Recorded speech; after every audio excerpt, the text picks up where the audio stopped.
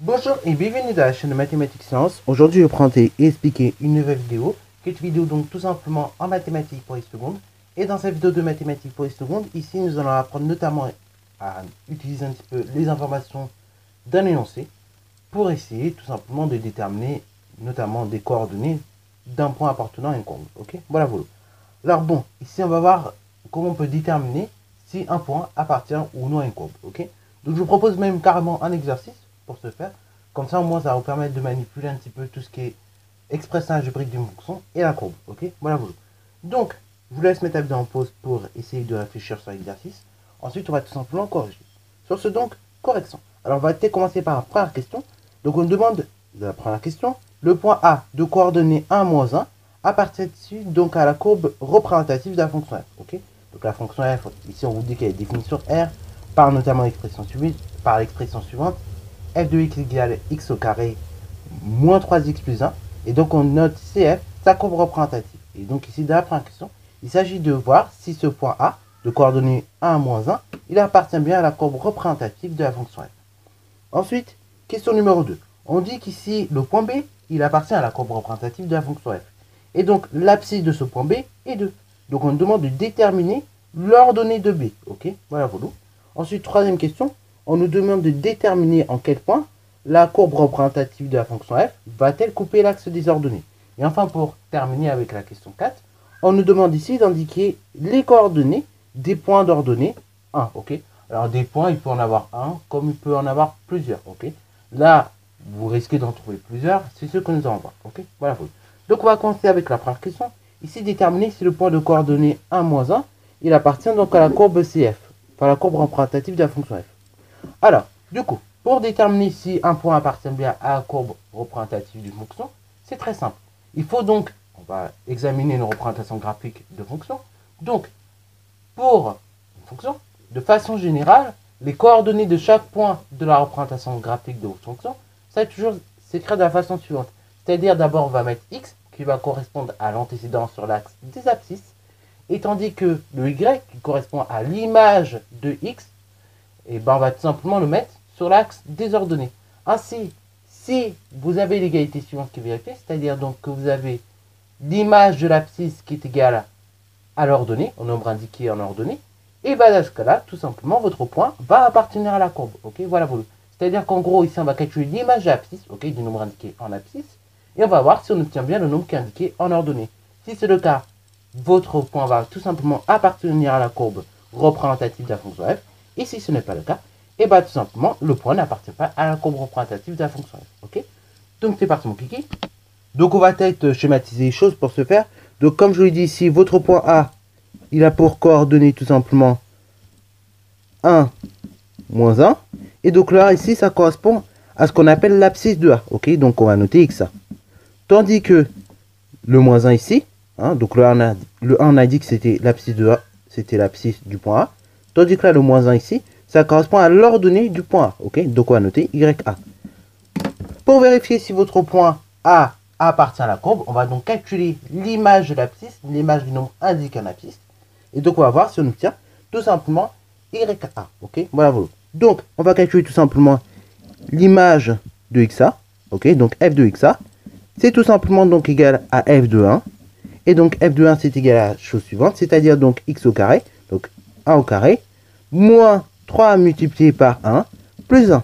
Ok, donc on se retrouve avec f de xa qui est égal à f de 1, c'est-à-dire 1 au carré plus moins 3 fois 1 plus 1. Donc si on calcule un petit peu, 1 au carré ça fait 1, moins 3 fois 1, moins 3 directement, plus 1. Ok, moins 1, moins 3 ça fait tout simplement moins 2, plus 1, ça fait moins 1. Ok, et là, moins 1, ça correspond bien à l'ordonnée de votre point A. Ok, donc moins 1 correspond bien à YA, à l'ordonnée du point A. Donc, on a bien l'image de l'abscisse qui est égale à l'ordonnée. Ok, voilà. Dans ce cas-là, et bien tout simplement, là, votre point A, il appartient bien à la courbe CF. Ok, à la courbe représentative de la fonction f. Voilà, donc le point A, il appartient bien à la courbe représentative de la fonction f. Donc maintenant, on va s'occuper de la seconde question. On vous dit ici qu'on a un point B qui appartient à la courbe CF. Ok, donc je vais noter. B ici, il appartient à la courbe représentative de la fonction f. Ok, voilà, donc de CF. Et on nous dit ici que l'abscisse de B, c'est 2. Ok. Donc B, il a pour coordonnée en abscisse donc 2. Et on nous demande de déterminer l'ordonnée de B. Autrement dit, donc YB. Donc, pour déterminer l'ordonnée d'un point, en sachant que ce point appartient à la courbe, ça va être très simple. On va reprendre ce qu'on a dit tout à l'heure. Pour tout point en fait qui appartient à une courbe, ok, et ben on va tout simplement calculer l'image de l'abscisse. Et donc ainsi on aura l'ordonnée. Ok, voilà vous. Puisque l'ordonnée d'un point, lorsqu'il appartient à la courbe, c'est tout simplement égal à l'image de l'abscisse. Ok. Donc là, autrement dit donc YB, c'est donc égal à f de xb, c'est-à-dire donc tout simplement égal à f de 2.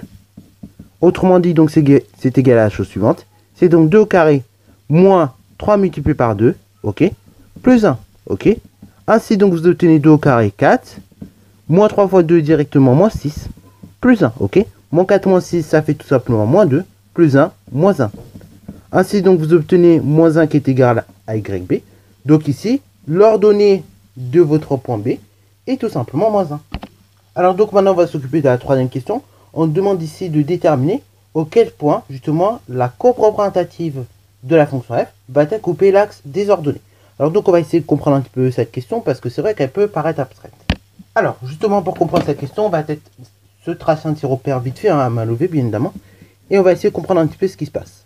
Alors quand vous avez un point justement qui coupe l'axe des ordonnées, hein, par exemple si je place un point ici, ou bien un autre point, bon je vais mettre au crayon papier, si je le place par exemple ici, bref, si je le place sur l'axe des ordonnées, qu'est-ce qui se passe?